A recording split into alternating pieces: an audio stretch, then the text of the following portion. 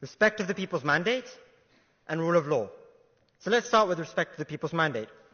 In February 2024, the military establishment in Pakistan sought to eliminate Imran Khan's party from politics, using lawfare to deprive the party of its election symbol, relied on by voters who cannot read.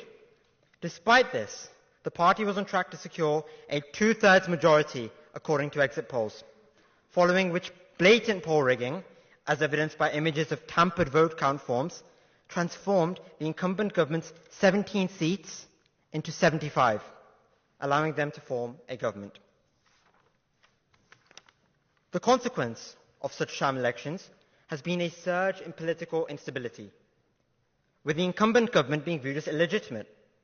Now, I suspect the proposition will try to argue that Imran Khan's party epitomizes exactly what is wrong with liberal democracy, that it encourages instability and protest in the global south.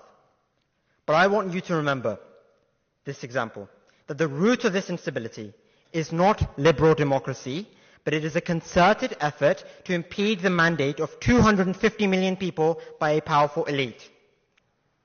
And Pakistan isn't unique in such an experience. You mentioned Egypt.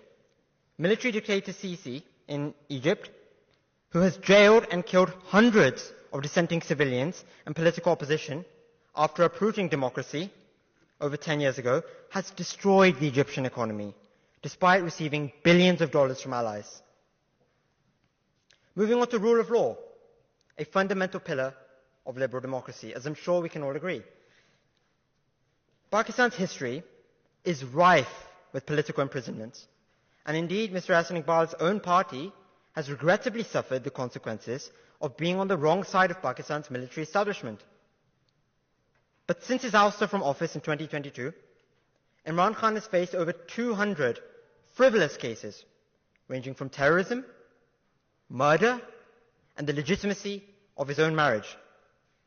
Over the last year, both the United Nations and Amnesty International have called for Imran Khan's release, citing the sham cases leveled against him, the complete absence of due process with the lack of a fair trial, and inhumane prison conditions. Given this, I hope that Mr. Iqbal's government will give due respect to democratic values and release Imran Khan from illegal incarceration.